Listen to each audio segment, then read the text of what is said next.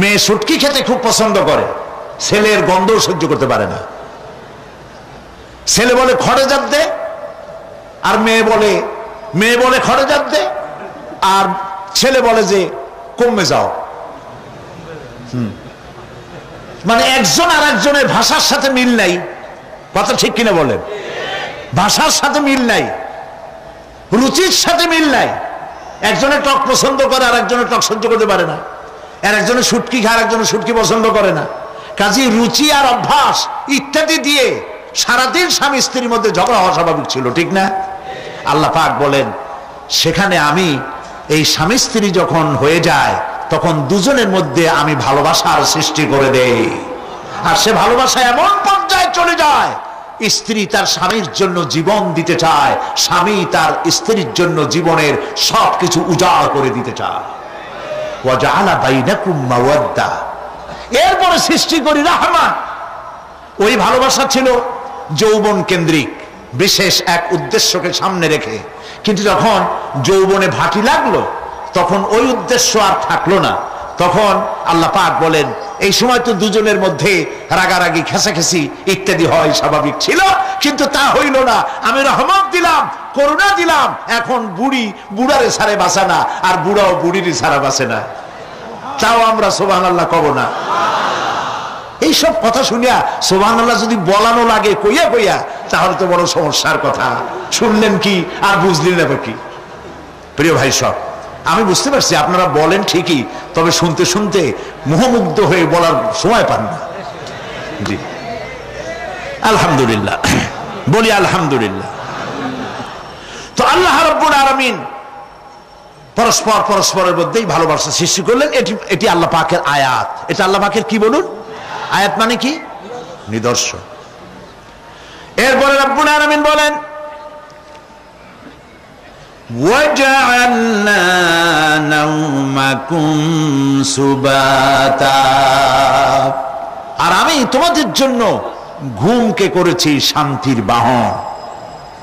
মানুষের অঙ্গ প্রত্যঙ্গ প্রত্যেকটির কাজ ভিন্ন, প্রকৃতিও ভিন্ন। চোখ দেখে, কান শোনে, জিহ্বা স্বাদ গ্রহণ করে, নাক শোনে, নাক শোখে, মস্তিষ্ক চিন্তা ভাবনা করে। এ হলো প্রকৃতি। আর প্রত্যেকটি অঙ্গ প্রত্যঙ্গের রুচি আলাদা, কর্তব্যের মধ্যে বিরাট বৈষম্য।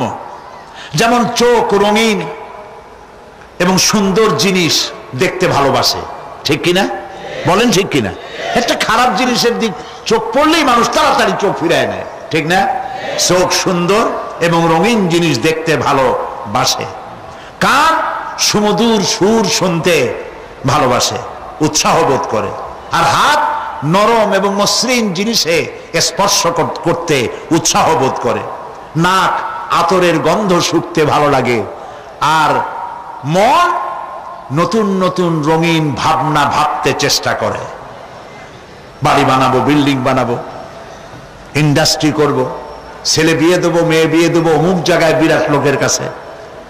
ভাবতে ভাবতে ভাবের সাগরে হারিয়ে যায়। আর ভাবনার ভিতরে খেয়ালে যদি কেউ পোলাও পাকায়, বাস্তবে তা হোক আর না হোক, খেয়ালে মনে মনে যদি কেউ পোলাও পাকায়, তাহলে ঘিয়ের দাম যাই হোক না কেন তাতে কিছু আসে যায় না, ঠিক কিনা? মানুষ রঙিন রঙিন ভাবনা ভাবতে খুব মজা পায়। তাহলে আমি কি বুঝাইতে চাইলাম? চোখের কাজ, নাকের কাজ, মুখের কাজ, কানের কাজ, মনের কাজ, প্রত্যেকটি অঙ্গ প্রত্যঙ্গের ভিন্ন ভিন্ন কাজ আছে, ভিন্ন ভিন্ন রুচি আছে। কিন্তু একটি ব্যাপারে হাত, পা, চোখ, নাক, মস্তিষ্ক সব এক ব্যাপারে তারা ঐক্যমত পোষণ করেছে। এ ব্যাপারে কোনো ইখতিলাফ তাদের মধ্যে নাই, সেটা হলো ঘুম। সেটার নাম কি? ঘুম। ঘুমাইতে চায়, হাতের শরীরের সমস্ত অঙ্গ প্রত্যঙ্গ ঘুমের কোলে নিবেদিত হয়ে যেতে চায়। ঘুম না আসলে হাত আর চলে না, মাথায় আর ভাবতে ইচ্ছা করে না, পাও আর চলতে চায় না, হার্টবিট বেড়ে যায়, আর ঘুমালে পরে সব শান্ত হয়ে যায়। সুবহানাল্লাহ কব না? আল্লাহ রাব্বুল আলামিন বলেন এই নিদ্রা কি এই ঘুমকে আমি তোমাদের জন্য শান্তির বাহন বানিয়ে দিয়েছি। আলাম ইয়ারাউ আন্না জাআলনাল লাইলা লিয়াসকুনু ফীহি ওয়ান নাহারা মুবসিরান ইন্না ফী যালিকা লাআয়াতিন লিকাওমি ইউমিনুন।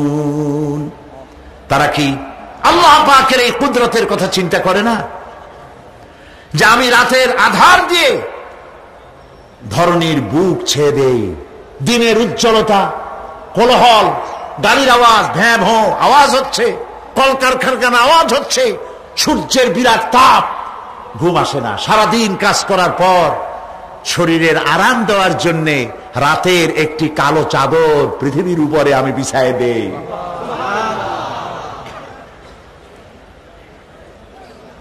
আর মানুষ আরাম গ্রহণ করে, শুধু মানুষ না, সব প্রাণী আরাম গ্রহণ করে। সুবহানাল্লাহ। এবং এরপরে দিনের আলো দিয়ে উদ্ভাসিত করি, যেন বিশ্রামের পর নতুন করে আবার কাজের সমস্ত উদ্দীপনা নিয়ে নতুন করে কাজে ঝাঁপিয়ে পড়তে পারে। কয়েক ঘন্টা অথবা সারাদিন হাড় ভাঙা খাটুনি খেটেছে, রিক্সা চালাইছে, গাড়ি চালাইছে, আড়াই মনের বস্তা মাথায় করে টেনেছে, চিন্তা ভাবনা করেছে। এরপরে যখন এই লোকটি কয়েক ঘন্টা মাত্র নিদ্রা গেল, আরাম পেল, মস্তিষ্ক হালকা হয়ে গেল, হার্টবিট কমে গেল, হাতের পায়ের কর্মোদ্দীপনা বেড়ে গেল, নতুন করে আবার কাজ করার জন্য সুযোগ এসে গেল।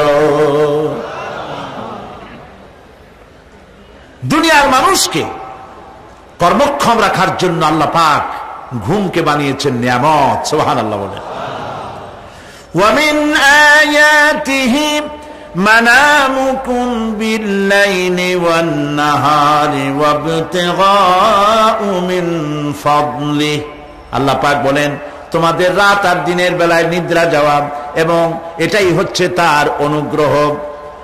রাত আর দিনের নিদ্রা যাওয়ার পরে আমার অনুগ্রহ অর্থাৎ রিজেক তালাশ করার জন্য শরীরের ভিতরে, মনের ভিতরে, হাত পায়ের মধ্যে কর্মের উদ্দীপনা আমি তোমাদের দিয়ে দেই।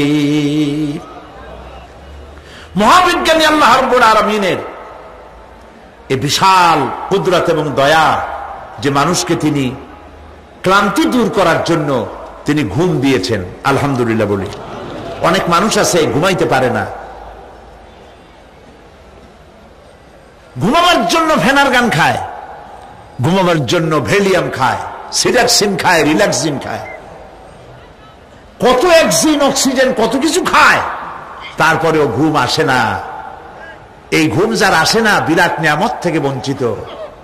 ঘুম একটি নিয়ামত, আলহামদুলিল্লাহ বলি, আলহামদুলিল্লাহ বলি। বিশাল নিয়ামত ঘুম। আল্লাহ যে সমস্ত নিয়ামত আমাদের জন্ম থেকে শুরু করে এ পর্যন্ত বডির মধ্যে দিছেন, মৃত্যুর আগে আল্লাহ যেন একটিও কেড়ে না নেন, বলি আমিন। আল্লাহ রাব্বুল আলামিনের পরে বলেন, ওয়াজআলনাল লাইলা লিবাসা ওয়াজআলনান নাহারা মাআশা। আর রাতকে করেছি আচ্ছাদন, আবরণ, দিনকে রুজি কামাবার জন্য ব্যবস্থা করে দিয়েছি। দিনের বেলা রুজি কামাবেন, দিনের বেলায় ঘুমায় থাকবেন না। বহুত মানুষ আছে সকালবেলায় ঘুম দিল, 12টা 1টা বাজে গেল। উর্দুতে ছোটবেলায় পড়েছিলাম, জিসনে সোয়া উসনে খোয়া, যে ঘুমাইলো সব সর্বনাশ করলো। অসময় ঘুমানো, অসময় ঘুমানো সর্বনাশ হয়ে যাবে সব। এই জন্য আল্লাহ পাক বলেছেন, দিনটারে বানাইছি রুজি কামাবার জন্য। রুজি কামাও, রুজি কামানো এটাও একটা ইবাদত। রুজি কামানো কি? হালাল রুজি কামাবেন, ইবাদত। আপনি যে আপনার স্ত্রীকে একটা ব্লাউজ কিনে দেন, কাপড় চোপড়, প্রয়োজনীয় কসমেটিক্স কিনে দেন, আপনি যে বাজার ঘাট করেন, সব হালাল পয়সা যদি হয়, সাদকা দেওয়ার মতো সমান সওয়াব হবে। রুজি কামাইতে হবে, এটা আল্লাহ পাকের হুকুম, রুজি কামাও। ফাইদা কুদিয়াতিস সালাত ফান্তাশিরু ফিল আরদ ওয়াবতাগু মিন ফাদলিল্লাহ। সুবহানাল্লাহ বলেন। নামাজ যখন শেষ হয়ে গেল, ফাইজা কুদিয়াতিস সালাত, নামাজ যখন শেষ হয়ে গেল, ফান্তাশিরু ফিল আরদ, তখন জমিনে ছড়িয়ে পড়ো আর আমার অনুগ্রহ রিস্ক অনুসন্ধান করো। সুবহানাল্লাহ। মসজিদে বসে বসে খালি তাসবিহ টিপতে থাকো না, কাজের সময় কাজ করো। অফিস থেকে বলে আসছে জোহরের নামাজ পড়তে যাই, জোহরের নামাজ পড়িয়ে তারপর নফল পড়া শুরু করছে, এরপরে দোয়া দুরূদ পড়া শুরু করছে। 1 ঘন্টা অফিসের সময় নষ্ট করেছেন। ফরজ নামাজ সুন্নত নামাজ পড়তে যতটুকু লাগবে এর থেকে বেশি সময় নিলে বেতন হালাল হবে না। আপনি মিথ্যা কথা বলে মিথ্যা ছুটি নিয়ে দিনের কাজ করতে পারেন না। আপনার রুজি হালাল হইতে হবে। আপনার নফল নামাজ পড়া দরকার, রাত পড়ে আছে, রাতের বেলা গিয়ে জনমের মতো নফল পড়েন, কে নিষেধ করবে? মনে থাকবে কথা? প্রিয় ভাই সব, হযরত ওমর ফারুক রাদিয়াল্লাহু তাআলা আনহু তিনি একবার মসজিদ নববীর মধ্যে দেখলেন ফজরের সময়, জোহরের সময় তিনি দেখলেন ফজরে যাদের দেখলাম এক জায়গায় বসা 5-7টা লোক, জোহরে তো তাদেরই দেখতেছি, আসরের সময় দেখলেন ওইখানে বসা, মাগরিবেও দেখলেন, এশায়ও দেখলেন। এশার নামাজের পর তিনি প্রশ্ন করলেন, তোমরা কারা? বলল যে আমরা হলাম দূরের থেকে আসছি, মসজিদে নববী শ্রেষ্ঠ মসজিদ, এখানে বসে বসে আল্লাহর জিকির আজগার করি। তো আল্লাহর জিকির আজগার করো, নামাজ পড়ো, খাও কি? কাজে কিছু লোক আছে ওরা মেহেরবানি করে রান্না করে আনিয়া আমাদের খাওয়াইয়া যায়। হযরত ওমর ফারুক রাদিয়াল্লাহু তাআলা আনহু বললেন, তাহলে তো তোমার চাইতে, তোমরা যে কয়জন এখানে বসে ইবাদত করো, তোমাদের চাইতে ওই ব্যক্তি অনেক উত্তম যে নিজে রুজি কামাই করে তোমাদের খাওয়ায় যায়, তোমরা তো অলস। শুনে রাখো, নামাজের সময় ছাড়া আগামীকাল এই জায়গায় যদি বসা দেখি, ব্যাট মেরে বের করে দেবো মসজিদ নববী থেকে। ইসলাম কাজের প্রতি উদ্দীপনা দিয়েছে, ইসলাম কাজের ট্রেনিং দিয়েছে। সুবহানাল্লাহ বলে। কাজ করো আর খাও, বসে বসে বাপের বোঝা হইও না। আমাদের দেশে বহু পোলাপান আছে বাপের হোটেলে খায় আর মসজিদে গিয়া ঘুমায়, খুব সহজ কাম। কেন এরকম করো বাবাজি? কয় চাকরি পাই না। আচ্ছা চাকরি পাও না, চাকরি তো আমাদের দেশে এক সোনার হরিণ, অথর্ব মন্ত্রীর অথর্ব ভাগ্না চাকরি হয়ে যায়, কিন্তু ফার্স্ট ক্লাস ফার্স্ট হয়েছে এমনিতে চাকরি হয় না। এটা দেশের কপাল, এটা দেশের দুর্ভাগ্য। কিন্তু চাকরি পাও নাই বলে বাপের ঘাড়ের বোঝা হয়ে থাকবা। বউতে তোমার ঘুম দেখা বউ একা একা কানবে, আল্লাহ কোন উল্লুকের সাথে বিয়া হইল আমার, সারাদিন ঘুমায়। প্রিয় ভাই সব,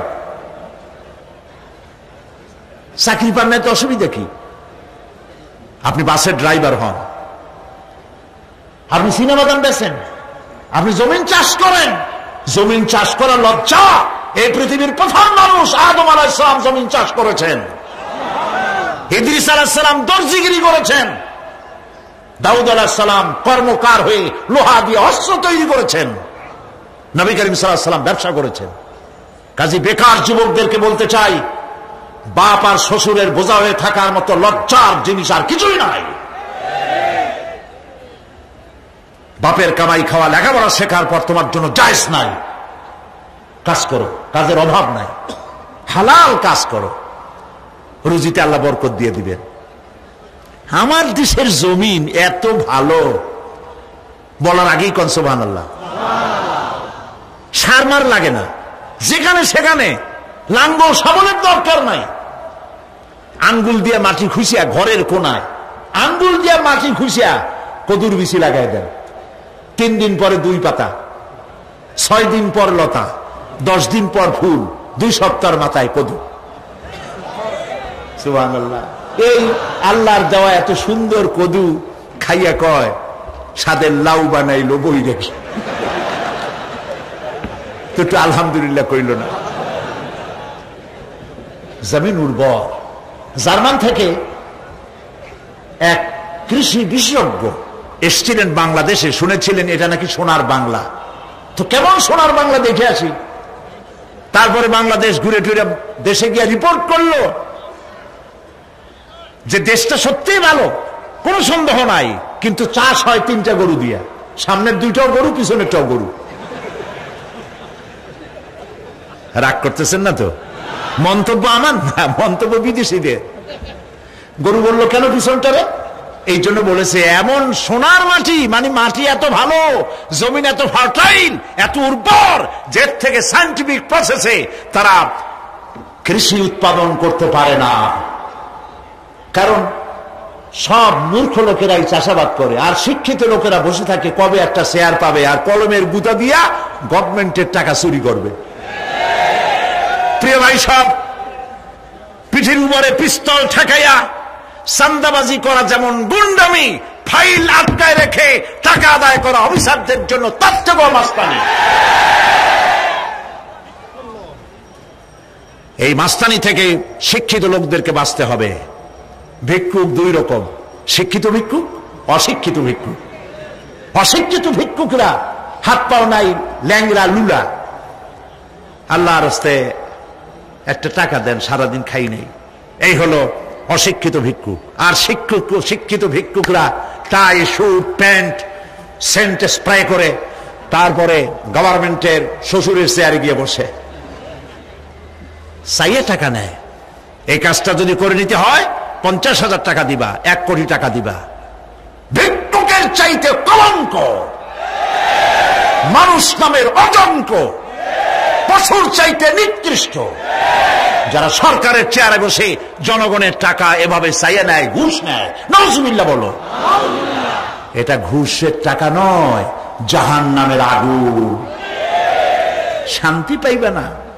বেতন পাও 10,000 টাকা, কামাই করো 1 লাখ টাকা বা 50,000 টাকা, বরকত নাই, অশান্তি। ঘরের মধ্যে বউতে কথা শোনে না, বেচারা সরকারি অফিসে বসে বহুত কাম টাম করিয়া কষ্ট করে বাড়ি ফিরছে, বউর একটু আদর নেবে, ভাত বাড়িটারে খাওয়াবে, সেগুড়ে বালি দেখে বউ ভ্যানিটি ব্যাগ হাতে নিয়ে বাস ফটফট করিয়া হাই হিল পাই দিয়ে বাড়ি চলে যাচ্ছে। কই যাও?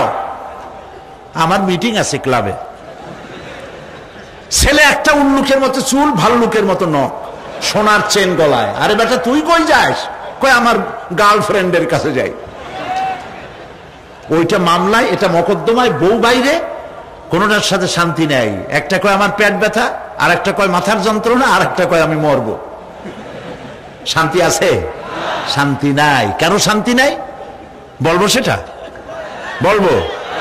শান্তি এই জন্য নাই, ঘুষের টাকা মানুষে আনন্দ করে দেয় না, বড় কষ্টের সাথে দেয়। আমার কাজটা আপনি করে দিবেন, এই জন্যই তো আমি গভর্নমেন্ট আপনাকে বেতন দিয়ে ওখানে বসাইছেন। আপনার একটা গাড়ি দিয়েছে গভর্নমেন্ট, দেয় নাই?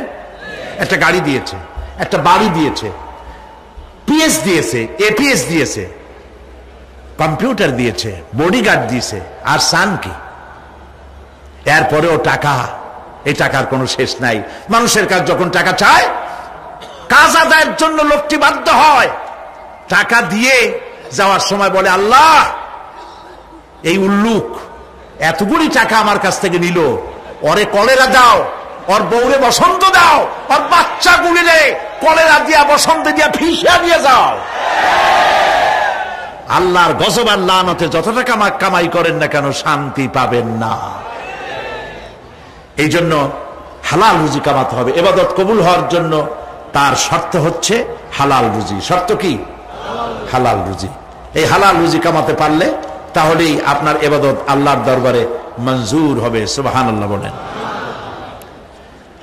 প্রিয় ভাই সব, এরপরে আল্লাহ পাক বলছেন, وَبَنَيْنَا فَوْقَكُمْ سَبْعًا شِدَادًا, আর তোমাদের উপরে আমি তোমাদের উপরে শক্ত মজবুত 7টি আকাশ সৃষ্টি করেছি। সুবহানাল্লাহ। এর থেকে বেরিয়ে যাওয়ার কোনো উপায় নাই, এটা ফাটল ধরাবারও কোনো উপায় নাই। এবং এই আকাশটাকে আমি আবার সুন্দর করে সাজায় রাখছি। নয়ন অভিরাম দৃশ্য সার্বক্ষণিক ভাবে আমি রেখেছি, রাতের আধারে যা দেখা যায়। সেটা কি? আল্লাহ রাব্বুল আলামিন বলেন, ইন্না যায়্যানাস সামাআদ দুনিয়া বিজিনাতিল কাওয়াকিব, এই দুনিয়ার আকাশ খানিকে তারকা প্রদীপ দিয়া সাজায় রেখেছি মনের মতো, দেখো তুমি তাকাইয়া কি সুন্দর করে আকাশকে সজ্জিত করে রেখেছি। আল্লাযী খালাকা সাবআ সামাওয়াতিন তিবাকা মা তারা ফি খালকির রাহমানি মিন তাফাউত ফারজি'ল বাসারা হাল তারা মিন ফুতুর। ক্ষমাশীল তিনি, সপ্ত আকাশ রচিলেন থরে থরে, কোন ত্রুটি হেরিবে না তার পূর্ণ সৃজন পরে। চাহো তুমি তার সৃষ্টি পানে, দেখো কিছু ভুলচুক, ফিরাও তোমার নয়ন খানি, ফিরাও তোমার মুখ। আকাশটাকে সুন্দর করে সাজাইছি, তাকায় দেখো তো কোনো ভুল ত্রুটি আছে নাকি? সুবহানাল্লাহ। আল্লাহ পাক বলছেন মা তারা ফি খালকির রহমান মিন তাফাউত, রহমানের সৃষ্টির ভিতরে কোনো ত্রুটি পাবে না। ফারজিল বাসারা হাল তারা মিন ফুতুর, আবার তাকাও। কে বলতেছেন? আবার তাকাও, ভালো করে তাকাও, দেখো কোন সৃষ্টির মধ্যে কোনো ত্রুটি আছে কি? জোরে বলেন নাই, জোরে বলেন নাই, বলেন আলহামদুলিল্লাহ, সুবহানাল্লাহ। এক দরবেশ, সে একবার এক বট গাছের তলায় বসিয়া এই আয়াত পড়তেছিলেন। এই আয়াত পড়ে তার মনে উঠলো আল্লাহ পাক বলছেন হাল তারা মিন ফুতুর, দেখো কি কোনো ভুল চুক, আবার তাকাও। তো সে দেখে ভুল ত্রুটি তো ধরবার উপায় নাই, আল্লাহ তোমার সৃষ্টির মধ্যে কোনো ত্রুটি নাই, তবে একটা জিনিস আমার কাছে একটু বেকায়দা লাগে। সেটা কি? সে বলছে যে আল্লাহ এই যে বট গাছ, বিশাল গাছ, যেমন গাছ ফলটা তো ওইরকম হয়নি, তাল গাছটা যেমন ফলটাও ওই রকম, নারকেল গাছটা যেমন ওই রকম, বেল গাছটা যেমন ফলটা ওই রকম, চালতাটা যেমন ফলটা ওই রকম, ঠিক না? কিন্তু এত বড় বট গাছ, ফল একেবারে একটু একটু। দরবেশ সাহেব শীত হয়ে শুয়ে শুয়ে এগুলি চিন্তা করতেছিলেন। হঠাৎ করে একটা বটের ফল, আধা পাকা ফল, অনেক উপর থেকে বৃন্তচ্যুত হয়েছে দরবেশ সাহেবের নাকার ডগার উপরে টস করে পড়ছে। পড়ার সাথে সাথে নাক জ্বলিয়ে উঠছে। কান ধরে তওবা করে দরবেশ সাহেব সিজদায় পড়ে গেছেন, আল্লাহ কি বলিনা করলাম, আমার চিন্তা মতে যেমন গাছ তেমন ফল, তালের সাইজের যদি হইতো, যে পজিশনে আমার নাকের উপরে পড়ছে, নাক তো ভালো, মাথাও গুঁড়ো গুঁড়ো হয়ে যেত। সুবহানাল্লাহ, সুবহানাল্লাহ। আল্লাহ পাক বলছেন ثم ارجع البصر كرتين ينقلب إليك البصر خاسئا وهو حسير। অক্ষমহীন দৃষ্টি তোমার সৃষ্টিতে পাবে ফাঁকি, ফিরাও তোমার নয়ন খানি, ফিরাও কাঙ্গালাখি। আমার সৃষ্টি নৈপুণ্যতার দিকে যতবার তাকাও না কেন, আমার সৃষ্টির ভিতরে কোনো ত্রুটি তুমি দেখতে পাবে না। এই জন্য নবীজি বলেছেন আল্লাহ রাব্বুল আলামিনের সৃষ্টির কলা কুশলতার প্রতি কেউ যদি একবার গবেষণা করে, একটা ঘন্টাও যদি কেউ চিন্তা করে, কয় ঘন্টা? একটি ঘন্টা আল্লাহর সৃষ্টি নৈপুণ্যতা সম্পর্কে একটি ঘন্টা যদি কেউ চিন্তা করে, গবেষণা করে, নবীজি বলেছেন ওই বান্দার আমল নামায় আল্লাহ পাক 60 বছরের নফল ইবাদতের সওয়াব লিখে দিবে। চিন্তা করো, গবেষণা করে, শ্রদ্ধায় মাথা নত হয়ে আসবে, আপনাতেই সেজদা করবে। সুবহানাল্লাহ। এরপরে আল্লাহ পাক বলেন وَجَعَلْنَا سِرَاجًا وَهَّاجًا। আর আমি তোমাদের উপরে আকাশ সৃষ্টি করেছি, আর ওর মধ্যে আমি সৃষ্টি করেছি মহাশূন্যে এক অতি উত্তপ্ত অতি উজ্জ্বল এক বাতি সৃষ্টি করেছি। সিরাজ শব্দের অর্থ হলো সূর্য, ও হাজ এ শব্দের অর্থ হচ্ছে একই সাথে অতি উত্তপ্ত অতি উজ্জ্বল। সূর্যের ব্যাস হচ্ছে এই পৃথিবীর চাইতে, সূর্যের ব্যাস হচ্ছে পৃথিবীর চাইতে 109 গুণ, এবং এর আয়তন পৃথিবীর চাইতে 13 লক্ষ গুণ বড়। আর দূরত্ব হচ্ছে পৃথিবীর মাটি থেকে 9,30,00,000 মাইল ব্যবধানে এই সূর্যকে আল্লাহ পাক স্থাপন করেছেন। এই সূর্যের মধ্যে যেমন রয়েছে তাপ, আবার তেমন রয়েছে আলট্রা ভায়োলেট রে। সূর্যের মধ্যে অনেক কিছু আছে, এখনো বিজ্ঞানীরা তা আবিষ্কার করতে পারে নাই। এর মধ্যে কল্যাণধর্মী জিনিসও আছে এবং অকল্যাণ জাতীয় কিছু জিনিস আছে। সেটা কি কারণে, সেটা আল্লাহ ভালো জানেন, আমরা জানি না। আমরা মনে করি অকল্যাণ, আল্লাহ জানেন ওর মধ্যে কি কল্যাণ আছে। যেমন সাপের বিষ, আমরা সাপ দেখলেই মারি, কিন্তু সাপ আপনাকে ক্ষতি না করলে আপনি মারবেন কেন? আর যদি ক্ষতি করার মনে হয়, ক্ষতির মতো মনে হয়, মেরে ফেলে দিন। এটা বলা হয়েছে হাদিস শরীফে, ক্ষতিকর মনে হলে মেরে ফেলে দিন। কিন্তু সাপ তার বিষের মধ্যে মানুষের জীবন রক্ষাকারী ওষুধ সাপের বিষ দিয়েই তৈরি হয়। সূর্যের মধ্যে অকল্যাণ ধর্মিক যা আছে সেটা কেন, এটা আমরা জানি না। এখন অকল্যাণ ধর্মী যে জিনিসটাকে বিজ্ঞানীরা মনে করেন, সেটার নাম হলো আলট্রা ভায়োলেট রে, অতি বেগুনি রশ্মি। এই অতি বেগুনি রশ্মি, এটার অ্যাকশন হচ্ছে এই যে প্রাণী জগতের মধ্যে যদি এটা লাগে, এসে পড়ে পৃথিবীতে যদি স্পর্শ করে, তাহলে ক্যান্সার সহ নানাবিধ দুরারোগ্য ব্যাধিতে গোটা পৃথিবী ছড়িয়ে পড়বে। ওই আলট্রা ভায়োলেট রে যাতে পৃথিবীর মাটি স্পর্শ করতে না পারে, সেজন্য আল্লাহ রাব্বুল আলামিন ওজোন স্তর তৈরি করেছেন। OZONE,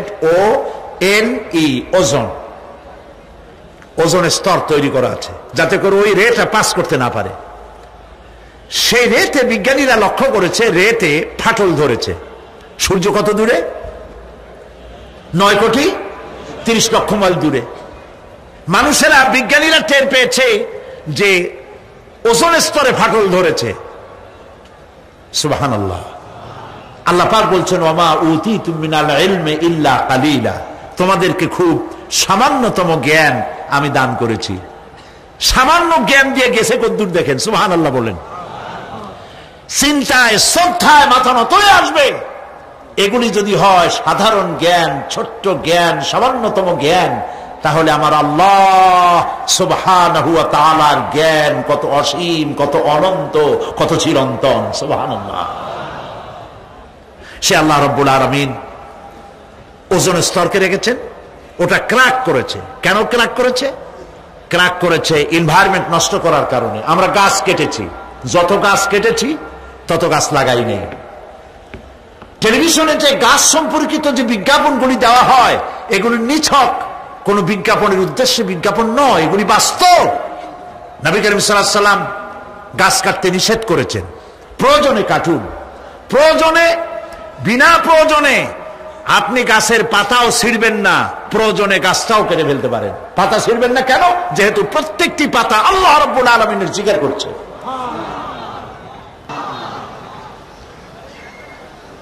এই গাছগুলি কেটে কেটে প্রকৃতির ভারসাম্য আমরা নষ্ট করেছি। গাছ আমাদের বন্ধু। আমরা বাতাস থেকে অক্সিজেন গ্রহণ করি, অক্সিজেনকে কার্বন ডাই অক্সাইড করে ছেড়ে দেই। কার্বন ডাই অক্সাইড হচ্ছে প্রাণী জগতের জন্য বিষ। এই বিষকে নষ্ট করে দিয়ে অক্সিজেনকে পরিশোধিত করা, রিফাইন করার কোন ফ্যাক্টরি পৃথিবীতে নাই। আল্লাহ রাব্বুল আলামিন এই সৃষ্টি জগৎকে বাঁচাবার জন্য অসংখ্য গাছ বানিয়েছেন, আর গাছের খাদ্য বানিয়েছেন কার্বন ডাই অক্সাইড। আমার জন্য যেটা বিষ, সেটা গাছের জন্য খাদ্য। গাছ সারা রাত এটাকে খাইলো, দিনের বেলায় সূর্যের তাপে এই কার্বন ডাই অক্সাইড আর গাছের সবুজ রং, পাতার সবুজ রঙে মিলে এক প্রকারের রন্ধন ক্রিয়ার মধ্য দিয়ে কার্বন ডাই অক্সাইড আবার ফ্রেশ অক্সিজেন হয়ে পৃথিবীর প্রাণী জগৎকে বাঁচার জন্য পথ উন্মুক্ত করে দেয়। আল্লাহ সুবহানাহু ওয়া তাআলা তিনি বলছেন, এভাবে করে আমি এই সূর্যের তাপ দিয়ে পৃথিবীবাসীকে কল্যাণধর্মী হিসেবে সূর্যকে সৃষ্টি করেছি। এই সূর্যের তাপ, এটি একটি বিরাট অগ্নিকুণ্ড, কোটি কোটি বছর ধরে ভূপৃষ্ঠে আলো এবং উত্তাপ ছড়িয়ে যাচ্ছে। সুবহানাল্লাহ বলেন। বলেন তো, পৃথিবীর সমস্ত আগুন সব যদি এক জায়গায় করা হয়, সূর্য 1 সেকেন্ডে যে তাপ পৃথিবীতে দেয়, ওরকম 1 সেকেন্ডের তাপ পৃথিবীর সব আগুন এক জায়গায় হইয়া সমভাবে সর্বত্র ছড়াতে পারবে কি? সুবহানাল্লাহ, কি কুদরত আল্লাহ পাকের। চৈত্র বৈশাখ মাসে আল্লাহ পাক সূর্যের তাপ, এত তাপ দেন, মাথার ঘাম পায়ে পড়তে থাকে। লোকেরা বলে কাঁঠাল পাকা গরম, তাল পাকা গরম। চট্টগ্রামে বলে কিনা? আবার এখন জানুয়ারি মাস, এখন আল্লাহ পাকের এসি প্লান্ট আল্লাহ ছেড়ে দিয়েছেন। সুবহানাল্লাহ, পৃথিবীর সমস্ত এসি প্লান্ট একসাথে ছেড়ে দেন, সারা পৃথিবী তো দূরের কথা, একটা জেলাও ঠান্ডা করতে পারবে না, একটা উপজেলাও ঠান্ডা করতে পারবে না। বড় জোর আপনার লোট্টা ফিশ, আপনার রূপচান্দা মাছ, ইলিশ মাছ, এগুলোর ঠান্ডা বানাই দিতে পারবে, কিন্তু একটা এলাকা ঠান্ডা বানাইতে পারবে না। বুদ্ধিজীবীদেরকে জিজ্ঞেস করি, মাথার চুল তো উঠাইছো, এই আল্লাহ পাকের কুদরত সম্পর্কে একটা সেকেন্ড চিন্তা করেছো কিনা? সুবহানাল্লাহ। মদিনা মুনাওয়ারা যে দেখুন, মদিনা মুনাওয়ারা, মসজিদ আন-নববী আশ-শরীফ, আল মদিনা আল মুনাওয়ারা, সোনার মদিনা। সুবহানাল্লাহ। আমি মদিনায় গিয়া এবারও বলছি, আল্লাহ যদি ফাহাদের মাফ করতে চান, মসজিদে নববী এবং মসজিদে হারামের যে এক্সটেনশন এবং হাজিদের জন্য যে উপকার করেছেন, আল্লাহ যদি মাফ করতে চান, এটা বড় আকারের একটা ওসিলা হয়ে যেতে পারে। এক সময় গরমে কষ্টে অস্থির হয়ে যেতাম মসজিদে নববীতে, এখন মসজিদে নববীতে ঢুকলে মনে হয় জান্নাতের মধ্যে। আর জান্নাত তো চিন্তা করা যায় না, কোনো চোখ নাই যা দেখছে, কোনো কল্পনা নাই, যা মন নাই যা কল্পনা করছে, এটার সাথে তুলনাই হবে না। তবে মনে হয় যেন জান্নাতের মধ্যে ঢুকে গেছি। প্রত্যেকটি খামের গোড়া থেকে ঠান্ডা বাতাস উঠতেছে, প্রত্যেকটি পিলারের গোড়া থেকে। মসজিদে নববী থেকে 3 কিলোমিটার দূরে এসি প্লান্ট। পৃথিবীর সব থেকে বড় এসি প্লান্ট হচ্ছে মদিনা মুনাওয়ারায় এসি প্লান্ট, যেটা দিয়ে মসজিদে নববী, যেখানে 8 লক্ষ মানুষ একসাথে নামাজ পড়তে পারে, ঠান্ডা উঠতেছে। সুবহানাল্লাহ। ভাইদের বলি, হজ যারা করছেন, পয়সা করি আছে, হজ করেছেন, ভালো করেছেন, মাঝে মধ্যে সময় পেলে রমজান মাসে যায়েন।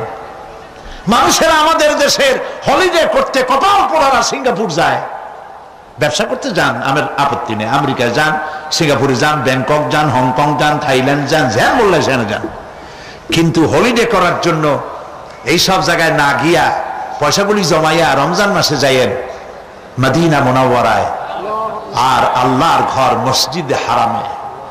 সুবহানাল্লাহ। কোরআন নাজিল কেমনে হয়েছে তা তো দেখি নাই। ইমাম যখন তারাবির মধ্যে তেলাওয়াত করেন, মনে হয় যেন আকাশ থেকে এখনো কোরআন নাজিল হচ্ছে।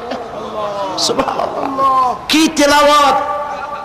যেমন শেখ আব্দুর রহমান আস-সুদাইস, তেমন সাউদ আশ-শুরাইব, তেমন শেখ আব্দুর রহমান আল হুজাইফি। সুবহানাল্লাহ, সুবহানাল্লাহ। এবার লাইলাতুল কদরে আল্লাহ পাকের মেহেরবানি, প্রতি বছর আমার একটা যাওয়ার, রমজানে একটা সুযোগ হয়, আল্লাহ করে দেন। বাইতুল শরফের মরহুম হযরত পীর সাহেব হযরত মাওলানা শাহ আব্দুল জব্বার রাহমাতুল্লাহ আলাইহি, নওয়ার আল্লাহু মাকাদাহু ওয়া জাআলাল জান্নাতা মাসওয়াহু। কলিজা থেকে দোয়া আসে। বহুত পীর দেখছি জীবনে, বাইতুল শরফের পীরের মতো পীর দেখি নাই।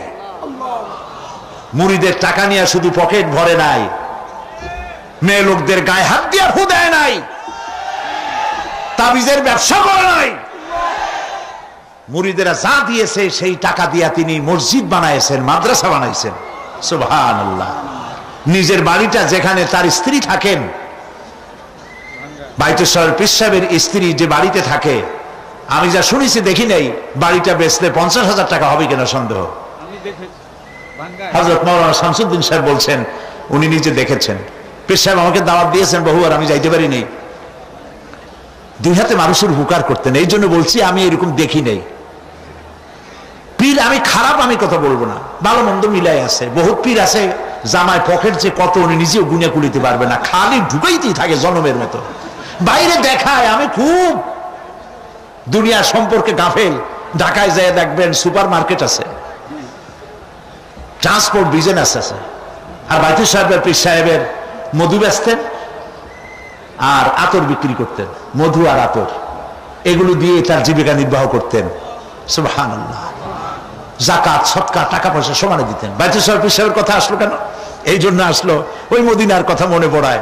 বাইতুল সাহেব পীর সাহেবের জামাই মুর্তাজা এখানে ঢাকায় বাড়ি আছে। পীর সাহেব যখন ইন্তেকাল করেন তখন আমি মদিনা শরীফে ছিলাম। সে এসে আমাকে জড়ায় ধরে কাঁদতেছিল আর বললো যে আমার এক বাপ হারাইছি আর এক বাপ পেয়েছি। আমাকে জড়িয়ে ধরে কাঁদতে লাগলো। আমি ওই রাত্রে স্বপ্নে দেখলাম তাহাজ্জুদ পড়ে ঘুমিয়ে আছি মদিনা আল মুনাওয়ারায়, দেখতে পেলাম পীর সাহেব এসেছেন। আমি বেশ কিছু লোকজন নিয়ে বসা, পীর সাহেব এসে হাজির হয়েছেন। আমি দাঁড়িয়ে গেলাম, কোলাকুলি করলাম। তিনি বসলেন না, কোনো কথাও বললেন না, শুধু যাওয়ার সময় বললেন আমাকে ভুলবেন না। আমি সত্যিই তাকে ভুলি নাই। কলিজার সবটুকুন দরদ নিয়ে তার জন্য দোয়া আসে, যেহেতু তিনি মানবতার কল্যাণের জন্য কাজ করেছেন। তার জামাই মুর্তজা আমাকে মদিনা শরীফে থাকা, যাতায়াত ইত্যাদির ব্যবস্থা করেছিল, সেই জন্য কথাগুলি এলো। আমি দোয়া করি তার জন্য আল্লাহ পাক তাকে হালাল রুজি কামাবার তৌফিক দান করুন, এবং মদিনা শরীফে থাকার জন্য আল্লাহ পাক ন্যাশনালিটি দান করে দিন।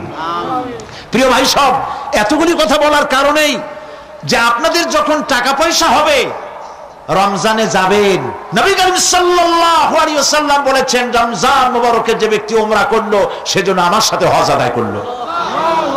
মসজিদে হারামে এবার লাইলাতুল কদর 26 দিবগত রাত। লাইলাতুল কদর তো এ কথা তো আমিও জানি, আপনারাও জানেন যে 26 দিবগত রাতে না, শুধু বেজোর রাতগুলিতে। কিন্তু মুহাক্কিকিনরা 26 রাত্রে একটু বেশি কান্দাকাটি করে, অন্য রাত্রে তো করেই, ওই রাত্রে একটু বেশি কান্দে। এবারে লাইলাতুল কদরে লোক সংখ্যা সম্পর্কে 27 তারিখ রমজানের সৌদি গেজেট, সৌদি নিউজ পত্রিকায় হেডলাইন হলো মক্কা শরীফে গত রাত্রে নামাজ যারা পড়েছেন, লাইলাতুল কদরে যারা এসেছিলেন তাদের সংখ্যা 3 মিলিয়ন প্লাস, 30 লাখের উপরে। সর্বকালের হজের রেকর্ড ভঙ্গ করেছে। রাত 3টার সময় কিয়ামুল লাইল শেষ করে ইমাম সাউদ আশ-শুরাইব মোনাজাত শুরু করলেন। 35 থেকে 40 মিনিট মোনাজাত। হায় রে কান্না মানুষের, কানতে কানতে মানুষ হয়রান হয়ে যাচ্ছে। মাসনুন দোয়াগুলি পড়ছেন, শেষ দিকে গিয়ে বলছেন আল্লাহুম্মা লা তারুদ্দানা খায়বিন, আল্লাহ পাক একেবারে কিছু না দিয়া খালি হাতে আমাদের ফেরত দিও না। কাবা শরীফ সামনে নিয়ে এভাবে করে লোকেরা কাঁদছে। প্রিয় ভাই সব, সেজন্য বলি আল্লাহ যদি সুযোগ দেন রমজান মুবারকে উমরা করবেন, আল্লাহ যেন তৌফিক দেন, বলেন আমিন। তা আল্লাহ তার কুদরত দিয়ে এই পৃথিবীকে ভরে রেখেছেন, নিয়ামত দিয়ে ভরে রেখেছেন। মুসলমানদের জন্য সবচাইতে বড় নিয়ামত কোরআন শরীফ নিয়ামত, কাবা শরীফ নিয়ামত, মসজিদ আন-নববী আশ-শরীফ আল মদিনা আল মুনাওয়ারা। সুবহানাল্লাহ, সবাই বলেন সুবহানাল্লাহ। প্রিয় ভাই সব, রাত বোধহয় বেশি হয়ে যাচ্ছে, তো আমি যে পর্যন্ত পড়েছি তাতে আর 2টি আয়াত বাকি আছে, শেষ করে দেই। রাগ করতেছেন না তো? সুবহানাল্লাহ, বলি আলহামদুলিল্লাহ। আর 2টি আয়াত আছে। আল্লাহ রাব্বুল আলামিন বলছেন وَأَنزَلْنَا مِنَ الْمُعْصِرَاتِ مَاءً سَجَّاجًا, আমি আকাশ থেকে তোমাদের জন্য অবিশ্রান্ত বিরাম ভাবে বৃষ্টি বর্ষণ করি। কেন? লিনুখরিজা বিহি হাব্বান ওয়া নাবাতা ওয়া জান্নাতিন আলফাফা। আকাশ থেকে বৃষ্টি বর্ষণ করি যাতে করে শাক সবজি শস্য দানা খাদ্য এই জমিন তোমাদেরকে উৎপাদিত করে দেয়, আলহামদুলিল্লাহ। সেই জন্য আল্লাহ পাক বলছেন, দেখো আকাশ থেকে যে পানিটা নাজিল করলাম, বৃষ্টি দিলাম, এই বৃষ্টির পানি আনলাম কই থেকে? সমুদ্র থেকে। সমুদ্রের পানি মিষ্টি না নোনা? জবাব দেন না। আকাশ থেকে যখন পড়ে তখন এটা কি মিষ্টি, নোনা না মিষ্টি? আল্লাহ রাব্বুল আলামিন বলেন, আফারাইতুমুল মাআল্লাযী তাশরাবুন আনতুম আনজালতুমুহু মিনাল মুজনি আম নাহনুল মুনজিলুন।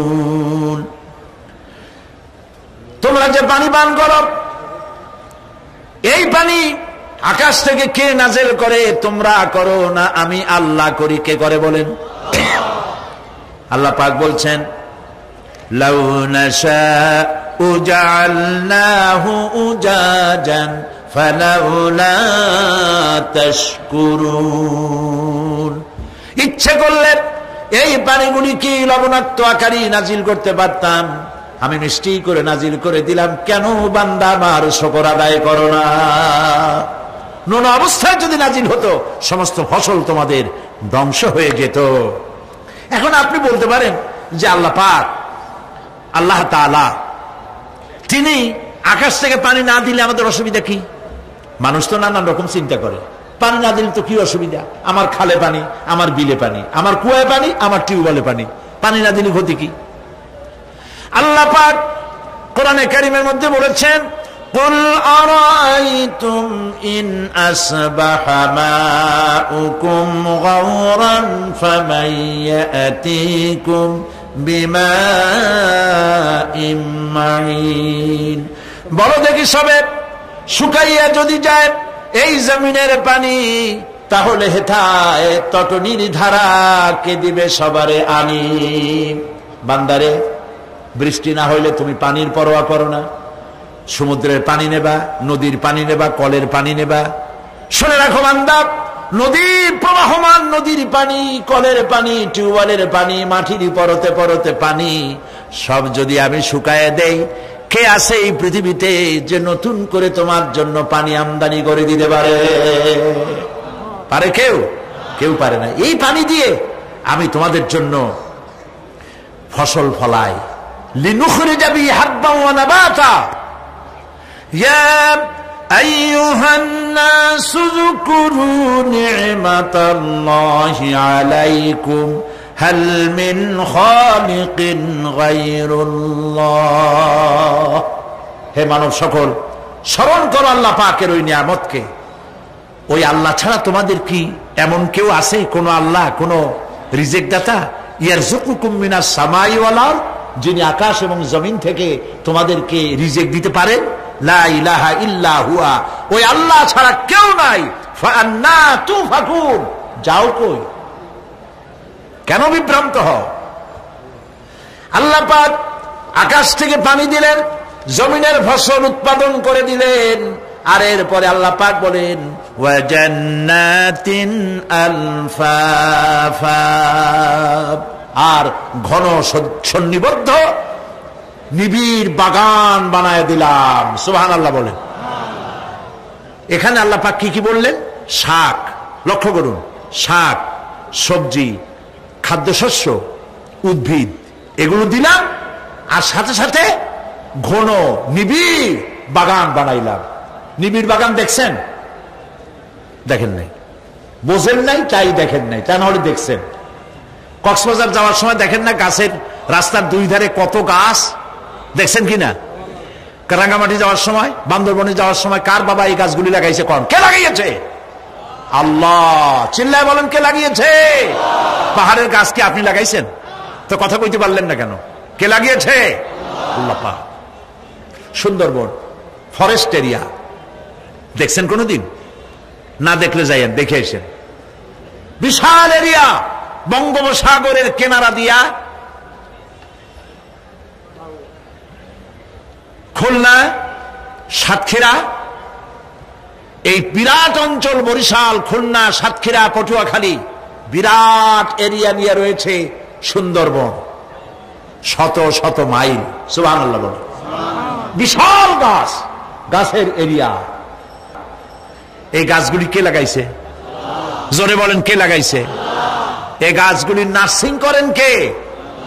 একটা জিনিস দেখে আমি অবাক হয়ে গেছি, সেটা হলো এখানে বহু রকমের গাছ আছে।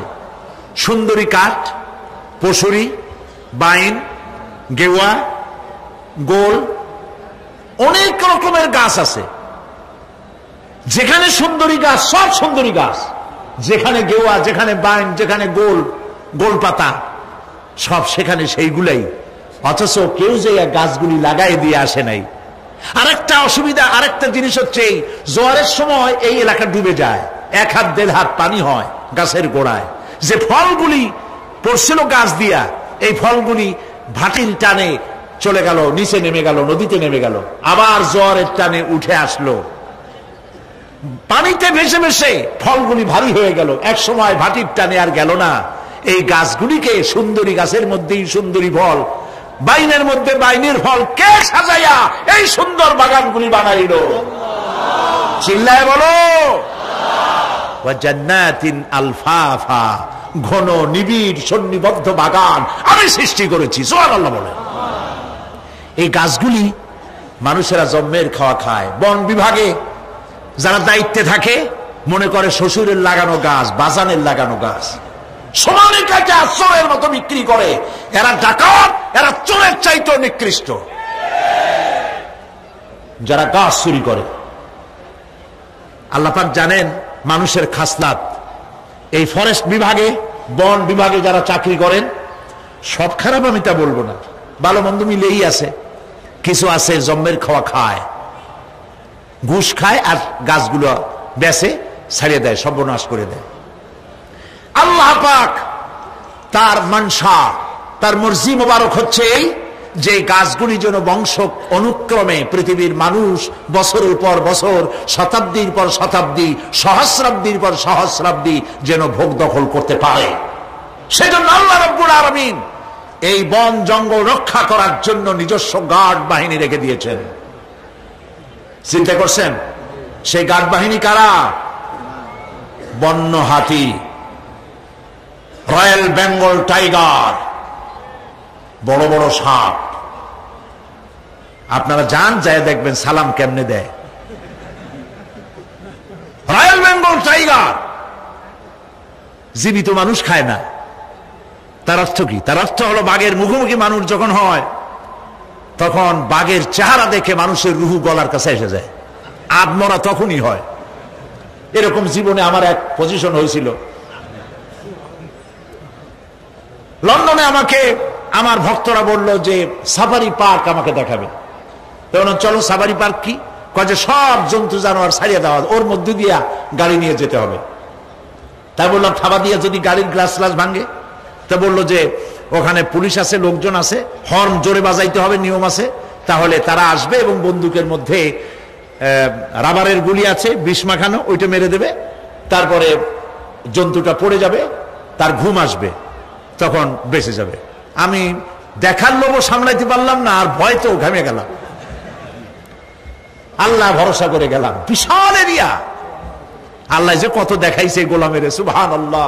সারা জীবন সেজদায় পড়েও কুলাইতে পারবো না, কত আল্লাহ দেখাইছেন, সুবহানাল্লাহ। গেট দিয়ে ঢুকলাম, লোহার বিশাল গেট, বাঘ সিংহ সব ছাড়িয়ে দেওয়া জঙ্গলের মধ্যে। তা আমরা গেছিলাম একটা ভালো সময়, সকালবেলা। সেখানে সব গোস্ত, বড় বড় গোস্ত, এগুলো খাইতে দিছে। প্রাণীরা সব গোস্ত খাওয়ায় ব্যস্ত। সেখানে মানুষগুলা, আমরা কাফের বলি আর যাই বলি, তাদের নৈতিকতা আছে। আমার দেশের বাঘগুলারে তাদের জন্য বরাদ্দ হচ্ছে গোস্ত, কিন্তু 4 পায়া জন্তুরে হাড্ডি খাওয়াইয়া 2 পায়া পশুগুলিতে গোস্তগুলো খাইয়ে ফেলে। জানোয়ার পশুর চাইতে নিকৃষ্ট, ঠিক কিনা বলেন? পশুর খাদ্য নিজে খায়। যাই দেখেন আমাদের দেশের চিড়িয়াখানাগুলির অবস্থা, বাঘ শুকায় গেছে, হরিণ শুকায় গেছে, সিংহ শুকায় গেছে। তার তো শুকাবার কথা না। পরে কে খাওয়ায় জঙ্গলে? কে খাওয়ায়? আল্লাহ পাক খাওয়ান, সুবহানাল্লাহ। এত বড় বড় গোস্তের টুকরা এক একটা বাঘে পেয়েছে। বাঘ একটারে নিয়ে গাছে উঠছে, আর একটা টানাটানি করতেছে, আর আমরা গাড়ি নিয়ে আসতে যাচ্ছি। এক বাঘ তার ওই গোস্ত ফালায় থুয়ে আমাদের দিকে আগায় আসতেছে। আমি বললাম আল্লাহ, যা ভয় করতেছিলাম আমি তখন, ওই যে বলেছি যে মরা মানুষ বাঘে খায় না, বাঘ দেখলেই কলিজা উড়ে যায়, আমার হার্ট বিট এত বাড়ছে আর আল্লাহ আল্লাহ করতেছি, দোয়া দুরুদ শেষ হয়ে গেছে পড়তে পড়তে। বাঘটা একেবারে গাড়ির কাছাকাছি আসছে, ইন্না লিল্লাহ পড়তে পড়তে সরে গেলাম। আল্লাহর মেহেরবানি, বাঘটাও কি মনে করলো এই যে ছোট্ট আল্লাহর ছোট্ট গোলাম হরে খাইয়া কি হবে, বোঝা ছাড়িয়ে দিল আমার মনে করে। তার যা শক্তি, গাড়ির গায়ে যদি থাপ্পড় মারতো আমার টয়োটা গাড়ি ছিটকে আর এক জায়গায় পড়ে যেত। আল্লাহ বাঁচাই দিলেন, সুবহানাল্লাহ। সিংহের মধ্যে দিয়ে গেলাম, সিংহরা সব খোলামেলা খাইতেছে। সুতরাং আল্লাহ রাব্বুল আলামিন এই বাঘ, সিংহ, বড় বড় সাপ জঙ্গলের মধ্যে যদি না রাখতেন গার্ড হিসাবে, তাহলে এই ফরেস্ট ডিপার্টমেন্টের দোপায়া জন্তুগুলি সমস্ত জঙ্গলকে উজাড় করে ফেলে দিত। আল্লাহ এদের হেদায়েত করুন, জোরে বলেন আমিন। এই গাছ কেমনে চুরি করে মরিয়া দেখো। এখন তো মন্ত্রী সেলুট মারে পুলিশে, মরিয়া দেখো ফেরেশতারা কি দিয়ে মারে। প্রিয় ভাই, সব আল্লাহ রাব্বুল আলামিন এই সব জিনিস পৃথিবীকে দিয়েছেন। আর এইগুলি বলার পরে আল্লাহ পাক বলছেন যে এই চোখে দেখা জিনিসগুলি বললাম। কে বলতেছেন? চোখে দেখা জিনিসগুলি দেখালাম, এগুলি দেখে চোখ হলো, চক্ষুকে উন্মিলিত করার জন্য এই সব দৃষ্টান্ত আমি চোখের সামনে রেখে দিলাম। এর দ্বারা বোঝো এত বড় বিশাল আকাশ, অত বড় সূর্য, এত সুন্দর চাঁদ, এই পাহাড়, ওই সমুদ্র, এই বনবনানী যিনি সৃষ্টি করেছেন, আমার মতো ছোট্ট মানুষ মৃত্যুর উপরে তিনি আবার জিন্দা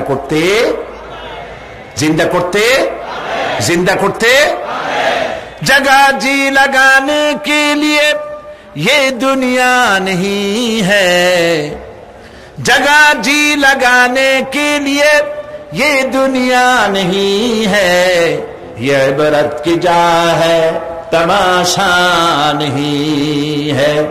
এই পৃথিবী খেল তামাশা করার জায়গা না, দেখো আর শেখো আল্লাহ পাকের অপূর্ব সৃষ্টি, নৈপুণ্যতা, কলা কুশলতা দেখো, আর সেজদা দিয়ে আল্লাহ রাব্বুল আলামিনের শুকরিয়া আদায় করো। সুবহানাল্লাহ। আমরা যদি তা করতে পারি, আল্লাহরে যদি বুঝতে পারি, আমাদের আমল আখলাক ভালো হয়ে যাবে। আমরা চুরি করে গাছ বেচবো না, ওজনে কম দেব না, খাদ্যে ভেজাল দেব না, ঘুষ খাবো না, সুদ খাবো না, প্রতারণা করবো না, মিথ্যা কথা বলবো না। আমরা ভালো হয়ে যাব যদি এই একটি জিনিসকে বিশ্বাস করতে পারি যে আমার এই জীবন শেষ কথা নয়, আর একটা জীবন আসবে, সেই জীবনে এই জীবনের সব হিসাব দিতে হবে। আরো অনেক কথা বাকি, আজ বলবো না, বলবো আগামীকাল ইনশাআল্লাহ। সবাই বলি ইনশাআল্লাহ। প্রিয় ভাই, সব বন্ধুদের দাওয়াত দিয়ে আনবেন। দিন কিন্তু একদিন সরে যাবে। আল্লাহর এই নিয়ামতপূর্ণ কথাগুলি দিয়ে আমাকে আর যারা শোনেন সকলকে আল্লাহ যেন হেদায়েতের রাস্তা করে দেন, আমরা বলি আমিন। এখন আজকে 3 জন পুরুষ 1 জন মহিলা ইসলাম কবুল করবেন, আলহামদুলিল্লাহ বলেন। আচ্ছা ভাইরা, আপনারা যদি বসে থাকেন, আমি তো আপনাদেরকে কখনো জোর জবরদস্তি করি না, যার যা খুশি তা করেন, কিন্তু মাহফিলের মধ্য দিয়া হাঁটাহাঁটি করা আগে অনেকবার বলছি, এখন বলা ছাড়িয়ে দিছি। এগুলি আপনাদের বিবেকের উপরে ছাড়লাম। আপনি তো যাইতে পারবেনই, কেউ তো আপনার খুঁটির সাথে বাঁধে রাখবে না, আপনি দৌড়ান কেন? এতগুলি লোক নিজের বাপ দাদার ধর্ম পরিত্যাগ করে ইসলাম কবুল করতে আসছেন, আপনি বসে দেখতেও পারবেন না? কপাল পোড়া মুসলমান। আল্লাহ পাক সকলকে হেদায়েত দিন, জোরে বলেন আমিন। আজকে 3 জন পুরুষ আর 1 জন মহিলা ইসলাম কবুল করবেন।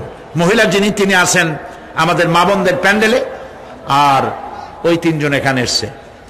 একজনের নাম সুদেব চন্দ্র হালদার, পিতা মৃত জিতেন্দ্র চন্দ্র হালদার। হ্যাঁ, সনাতন, তার ধর্ম হচ্ছে হিন্দু, বাড়ি কাঠালিয়া,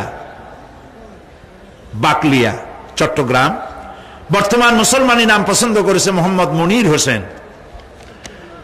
কইছে যার নাম বলবো সে কাছে আস। আরেকজন রাজীব বণিক, পিতা মৃত রঞ্জন বণিক, ধর্ম হিন্দু, ব্রাহ্মণবাড়িয়া। বর্তমান নাম পছন্দ করেছে মোহাম্মদ নুরুল ইসলাম।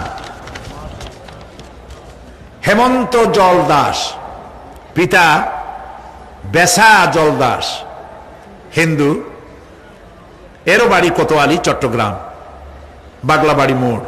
হ্যাঁ, কালীবাড়ি মোড়। বর্তমান নাম পছন্দ করেছে মোহাম্মদ ওসমান গনি। আরেকজন বোন মহিলা প্যান্ডেলে আছেন, তার নাম দুর্গা চক্রবর্তী, পিতা কলন্দ চক্রবর্তী। বাড়ি ছাগলনাইয়া, নোয়াখালী। বর্তমানে বাস করে দামপাড়া, কাজীর দেউরি, কোতোয়ালি, চট্টগ্রাম। পছন্দ করা নাম তার আনোয়ারা বেগম। এখন আমি এখন যা উচ্চারণ করব, মহিলা যিনি আছেন ইসলাম কবুল করবেন, দুর্গা চক্রবর্তী, আপনি এগুলি মহিলা প্যান্ডেলে উচ্চারণ করবেন। আমি যেখানে বলবো আপনি উচ্চারণ করবেন। আর এরপরে আমরা মোনাজাত করব, এশার নামাজ আদায় করব, তারপরে বাড়ি যাব ইনশাআল্লাহ। বলেন ইনশাআল্লাহ। হাত দাও, তিনজন একসাথে কাছে আসো। লা ইলাহা ইল্লাল্লাহু মুহাম্মাদুর রাসূলুল্লাহ। আল্লাহ ছাড়া কোনো ইলাহ নাই, মাবুদ নাই। মুহাম্মদ সাল্লাল্লাহু আলাইহি ওয়াসাল্লাম আল্লাহর প্রেরিত রাসূল। আশহাদু আন লা ইলাহা ইল্লাল্লাহু ওয়াহদাহু লা শারীকা লাহু ওয়া আশহাদু আন্না মুহাম্মাদান আবদুহু ওয়া রাসূলুহু। আমি সাক্ষ্য দিচ্ছি আল্লাহ ছাড়া কোনো ইলাহ নাই, মাবুদ নাই, উপাস্য নাই। তিনি এক, তিনি একক, তার কোনো অংশীদার নাই। আমি আরো সাক্ষ্য দিচ্ছি মুহাম্মদ সাল্লাল্লাহু আলাইহি ওয়াসাল্লাম আল্লাহর বান্দা এবং তার প্রেরিত রাসূল। সবাইকে সালাম বলো, আসসালামু আলাইকুম। আপনারা জবাব দেন। এই তিন ভাই এখন মাসুম, বেগুনাহ। তাদের আমলনামায় যত গুনাহ ছিল এই মুহূর্তে হাদিস অনুযায়ী তাদের জিন্দেগীর সমস্ত গুনাহ খাতা আল্লাহ পাক মাফ করে দিয়েছেন। আলহামদুলিল্লাহ, সুবহানাল্লাহ। ইসলামে আসার জন্য স্বেচ্ছায় সজ্ঞানে ইসলামকে সর্বশ্রেষ্ঠ দিন হিসাবে গ্রহণ করার কারণে এই বিশাল মাহফিলের পক্ষ থেকে আমি তাদেরকে বুকে আলিঙ্গন করছি।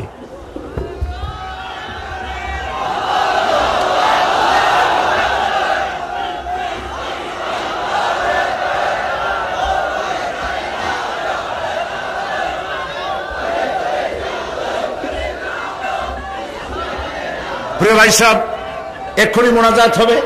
রব্বানা যালামনা আনফুসানা ওয়া ইন লাম তাগফির লানা ওয়া তারহামনা লানাকুনান্না মিনাল খাসিরিন। আয় আল্লাহ তাআলা, বিশাল এই জনসমুদ্র নিয়ে তোমার দরবারে গুনার বোঝা মাথায় নিয়ে হাত তুলেছি। মাবুদ গো, মেহেরবানি করে আলোচনার সবটুকুন নবী করিম সাল্লাল্লাহু আলাইহি ওয়াসাল্লামের রূহ মুবারকে পৌঁছায় দাও। রব্বুল আলামিন, আমাদের মধ্য থেকে যাদের মা বাপ দুনিয়া থেকে জনমের মতো বিদায় হয়ে গেছে, কবরগুলিকে জান্নাতের টুকরায় পরিণত করে দাও। রব্বিরহামহুমা কামা রব্বায়ানি সগীরা। সবাই পড়েন, রব্বিরহামহুমা কামা রব্বায়ানি সগীরা। আয় আল্লাহ তাআলা, সারা জীবন গুনাহ করে করে জীবনটাকে নষ্ট করে ফেলেছি মাবুদ। আল্লাহ তাআলা, কোরআনের মাহফিলে আশা করে হাত তুলেছি, জিন্দেগীর গুনাহ মাফ করে দাও। রব্বুল আলামিন, পৃথিবীর বিভিন্ন দেশ থেকে আজও আমার কাছে টেলিফোন এসেছে, আর হযরত মাওলানা শামসুদ্দিন সাহেবের কাছেও টেলিফোন আসে। দুনিয়ার বিভিন্ন দেশ থেকে দোয়া চায়। এই তাফসীরুল কোরআন মাহফিলে দোয়া করলে কবুল হয়, মানুষের মনে এ ধরনের একটি ধারণা তুমি জন্মায় দিয়েছো।